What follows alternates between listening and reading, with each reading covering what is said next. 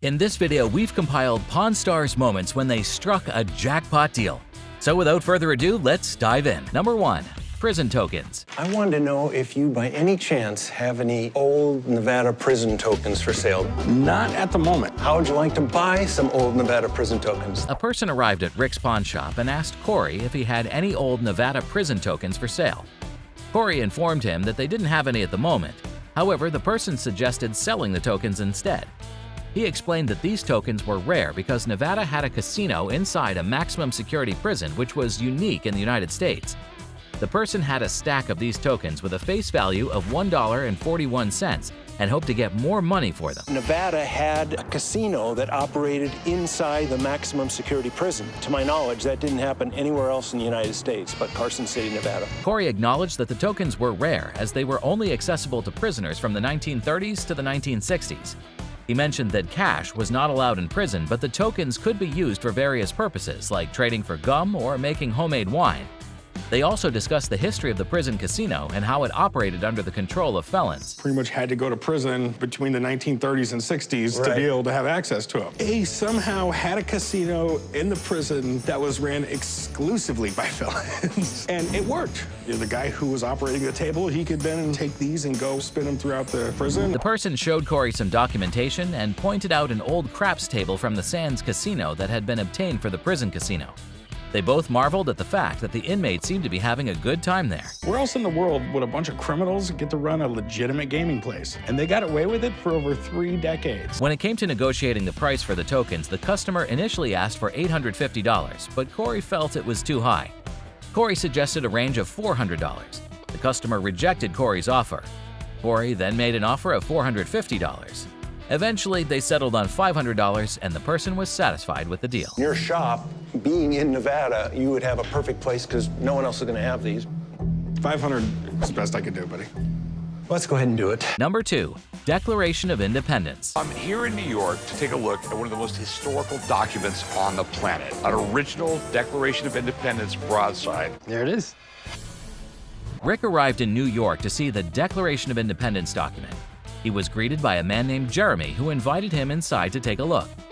As Rick laid eyes on the rare July 1776 printing of the Declaration, he was in awe. It was one of the coolest things he had ever seen in his career.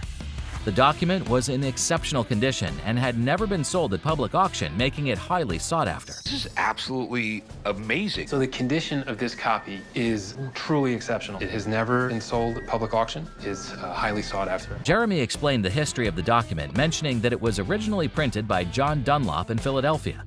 Around 200 copies were made, and as other printers across the country obtained them, more copies were produced. The particular copy Rick was viewing was from New Hampshire. The document expert, Seth Collar, arrived to authenticate the broadside. He compared it to other known copies, examining the nail holes and the impression of individual letters on the handmade paper. Seth confirmed that the document was legitimate and valued it at around $2 million. 100% legit. Absolutely. This particular one is a really beautiful copy. I think this could go for $2 million at auction now. Rick expressed his interest in purchasing the document. He negotiated with Jeremy, settling on a price of $1.45 million. Excited about the purchase, Rick promised to wire the money and pick up the document the next day. He wanted to show it to a friend before completing the transaction. Rick thanked Jeremy and expressed his satisfaction with the deal, knowing that there would be no auction fees involved. 1.45, I think that's fair. I think we can both be happy with that. I think we got a deal. Oh my goodness, I own the Declaration of Independence. Number 3. Coin counter. It's a coin counter. I have a 1956 coin counter. I thought it was unique. It's pretty cool. I've never seen one before. I want to try to sell it for $175. A person arrived at Rick Harrison's pawn shop with a 1956 coin counter that he hoped to sell. Chumley was present at the shop and engaged in negotiations with him. Chumley examined the coin counter and expressed his interest in the unique item. He mentioned that he had never seen one before and found it pretty cool. The person wanted to sell it for $175. Chumley shared some information about the history of coin counters, stating that they had been around since the 1800s but were manually powered. He pointed out that the coin counter had the same standard Johnson Company on it. explaining that J.M. Johnson invented it in the early 1900s to make his job as a money counter at a bank easier. Johnson Company, that would be J.M. Johnson. He was basically a money counter at a bank, so he would manually put them in and count them, and he didn't want to do that anymore. He wanted his job to be easier, and this is what he came up with, to do all the work for him. Chumley noted that the coin counter was in rough shape, which was expected considering its age and use. He pointed out cracks, chipping, and the absence of a coin-catching tray. However, the person confirmed that the coin counter still worked. Chumley jokingly pretended to be electrocuted when plugging it in. It's in pretty rough shape, and that's to be expected with something like this. You got a crack right here. You got a lot of chipping. It even seems to be missing like a tray. I'd like to test it out before we talk about anything else. After confirming that it was in working condition, Chumley mentioned that the coin counter reminded him of the casinos in the 90s. They negotiated a price, with Chumley initially offering $50 and gradually increasing it to $75. The person insisted on $65, considering it top dollar. Eventually, they agreed on a price of $65. I could do maybe 65. 75. I could do 65. Okay, I'll do 65. Number 4. John Kurthers. I've got this really cool guitar built by John Kurthers. It's absolutely beautiful when you play it. A mail seller arrived at Rick Harrison's pawn shop with a guitar he wanted to pawn. Chumley, who was present at the shop, engaged in negotiations with him. The seller mentioned that the guitar was built by John Kurthers, who had worked with Leo Fender on the original design of the Telecaster. The seller expressed his intention to sell the John Kurthers guitar for $1,500, highlighting its amazing materials and craftsmanship. I'd like to get $1,500 for the guitar. It's a really wonderful guitar. Everybody loves Fenders for the quality, especially those, 50s and 60s guitars. Chumley acknowledged the popularity of Fender guitars and their association with rock and roll. He mentioned the history of Fender's market share and the release of the Telecaster in the 1950s, which became highly sought after. Chumley praised the John Kurthers guitar and speculated that it could be a valuable prototype, despite lacking any Fender markings. He noted a chip and a condition issue, which the seller admitted was a result of accidentally dropping the guitar when distracted by a young lady. Chumley mentioned that the guitar's wear and tear were normal for an instrument meant to be played. Even looks like it might have been dropped, because that's a pretty big chip. You dropped it? I did. I met an absolutely gorgeous young lady, and I got sidetracked. Other than that, the guitar has some normal wear and tear on it, but a guitar like this is built to be played. Chumley proposed having an expert examine the guitar to determine its value. The seller agreed, expressing his curiosity about the expert's assessment. Shortly after, Chumley returned with an expert named Wolf, who confirmed that the guitar was indeed a John Kurthers. Wolf praised Kurthers' legendary status in the guitar-building industry and noted his work with renowned musicians. Wolf examined the guitar closely, pointing out its features, such as Brazilian rosewood and chambering for a resonant sound.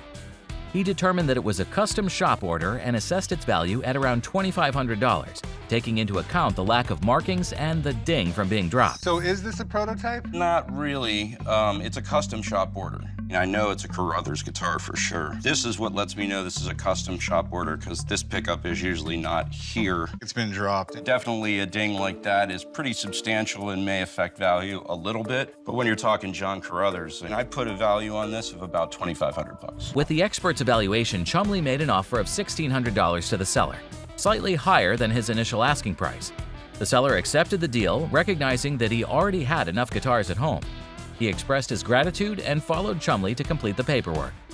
Reflecting on the transaction, Chumley felt successful as he had purchased the guitar for $400 and sold it for $1,600, considering it a profitable deal. Why don't we make a deal at $1,600? It's not like I don't have enough guitars to play at home. I guess I'll take the deal, thank you. Number 5. 1941 Gibson SJ200. This is a 1941 Gibson SJ200. It was owned by Stephen Stills of the band Crosby, Stills & Nash. A person named Landon arrived at Rick Harrison's pawn shop, where Rick Harrison was present and engaged in negotiations with him. Landon introduced himself as a guitar collector and revealed that he owned a 1941 Gibson SJ200, previously owned by Stephen Stills of Crosby, Stills & Nash. Rick found it cool and compared the situation to a scene from the movie Pulp Fiction. Landon explained that he bought the guitar at an auction and wanted to sell it for a profit. Rick expressed amazement at the guitar's history and Stephen Stills' iconic status in the rock music industry.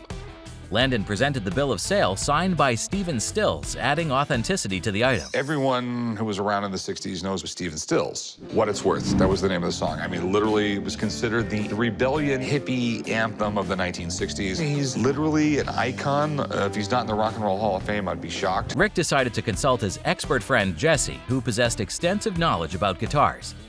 Jesse examined the instrument, mentioning crack repairs and praising the guitar's character and sound. He confirmed that Stephen Stills' ownership increased its value significantly.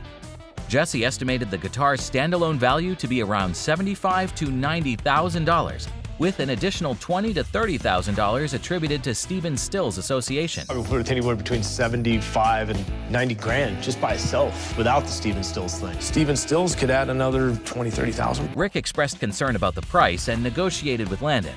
Eventually, they agreed on a price of $85,000, with Landon initially asking for $110,000. Despite being higher than Rick's intended bottom line, he considered it a fair price. The deal was made, and they proceeded with the necessary paperwork. Give me 110, we'll make it a deal. I'll give you 80 grand. I can do 90. I'll give you 85. I've got to have 90. Okay. Change your mind, call me. 85, man. All right. Pawn Stars is a history show where people often bring rare items with historical significance. You won't want to miss out on our video, Rare Deals on Pawn Star. So click here to watch.